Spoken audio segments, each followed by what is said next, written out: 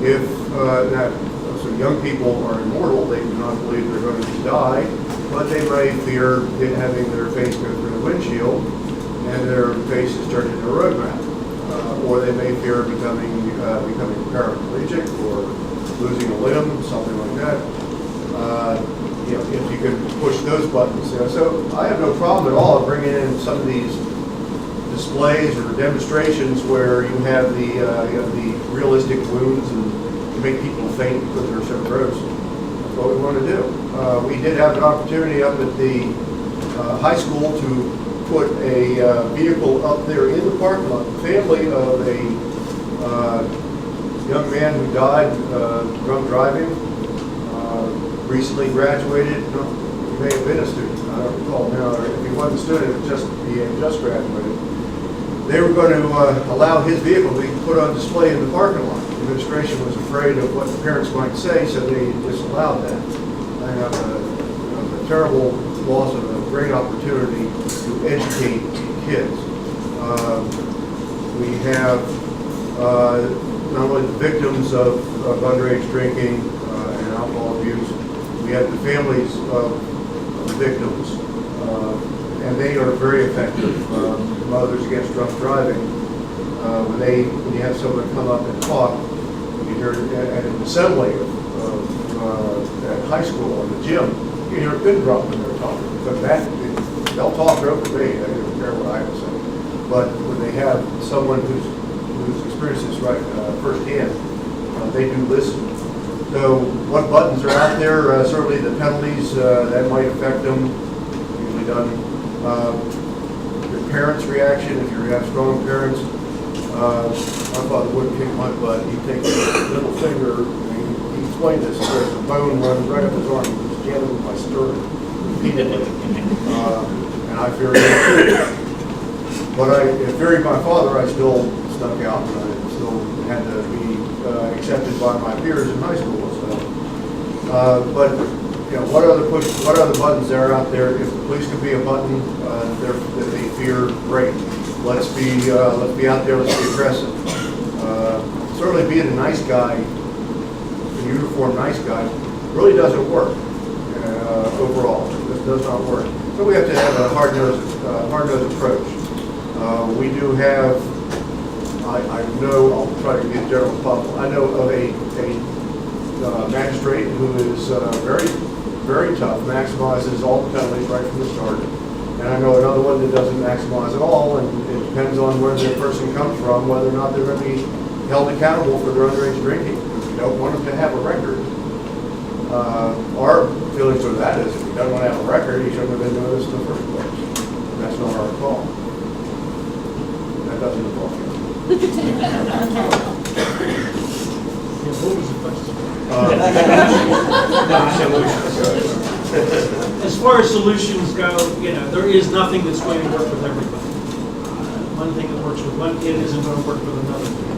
And I think as parents, that's where we start. I think holding parents accountable is a good start because we need to be responsible.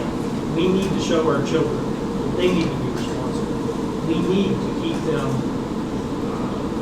aware of what they can and can't get away with. And they know, every kid out there knows there's a line. And they know how far they can move that line back and forth. My kids tried it every day. And you just have to say, this is it. This is the line, you don't cross it. But I think as parents, we have that obligation. It's a hard job being a parent. But the day you had that kid, you accepted that responsibility. And you should be held accountable for it. And we should teach our children that they are accountable, that there are consequences, and that they are going to be held to a certain standard throughout life. Again, I keep harping about today's society, but it's one of these things. We're more worried about the kid's self-esteem than his life. Well, maybe I'll make his life a little bit difficult, and he'll have a long, successful life because he had a few days that he was uncomfortable about me getting money, rather than telling him it was okay and permitting him to do whatever he felt like. Be a parent. And I think that's where it starts. That's our job. Being a good parent is not going to guarantee success, it's a good start. I think I agree with everybody. You're not going to end underage drinking, but you can mitigate the negative consequences that it has. There needs to be good treatment programs in the community to deal with kids, because there are kids that are teenagers that are alcoholics, that are drug abusers. There needs to be good, effective treatment available for those kind of kids so that they can access that, and we can get some of those to respond to it. You're not going to get all of them to respond to it, but you take what you can get in those kind of situations. There has to be lots of community-oriented programming that gives positive experiences for teenagers. If there's nothing for them to do, and I agree with Trooper Lemanski. I talk about this a lot in my DUI classes, because you hear people say all the time, "There's nothing to do around here except drink." And to me, that's not what they're saying. What they're saying is, "There's nothing I like to do except drink." I mean, that's what they're really saying. And so you have to provide opportunities for people that are constructive, that they can interact with positive peers. There needs to be, families need to be better, and there needs to be more education for families, and there needs to be more education in schools on the effects that this has. And it becomes a community-wide thing. One of the things that's disappointing about what we do, we did this panel in April, and it was well advertised. No one from the community was there. Virtually no one. Maybe there were a few people, but we need to, we've got to figure out ways to reach those people. And we've got to figure out how to meet kids on their own terms. The difference in age between us and teenagers becomes vast when we look at the cultural effects of it. We need to be more savvy at things like using there are web-based sites now for underage drinking where kids can go on and get positive messages on the web. Cell phones, text messaging, all those kinds of things. That's where communication is going on between teenagers. We need to figure out better ways to communicate with them there, because this kind of stuff works great in this kind of environment where you all come here and we feed you, and this is part of your work. But when you want to reach, if we open this up to teenagers and had to rely on teenagers being here, would this attract any of them? No. So, we can pat ourselves on the back and say, yeah, we're doing a good job, we do all this stuff, but if it's not stuff that's reaching them, then that's where we're falling down. We have to always remember that, those technologies that reach these kids changes, and it changes rapidly, and we have to be part of that. All right, folks, we're going to go ahead and move toward the question and answer session. We're going to ask that if you have a question, that you stand up and project your voice very loudly. So we'll go ahead and turn it over to you. What questions might you have for the panel? Anybody? Stand up. I don't have a question, but I have a comment. Growing up in a family of people in and out of jail and alcoholics, the only way it worked for me, and taken away from my family at a young age, and have been. I will say right now to the Lansky, that goes around to the schools, he's coming from my part of West Greene.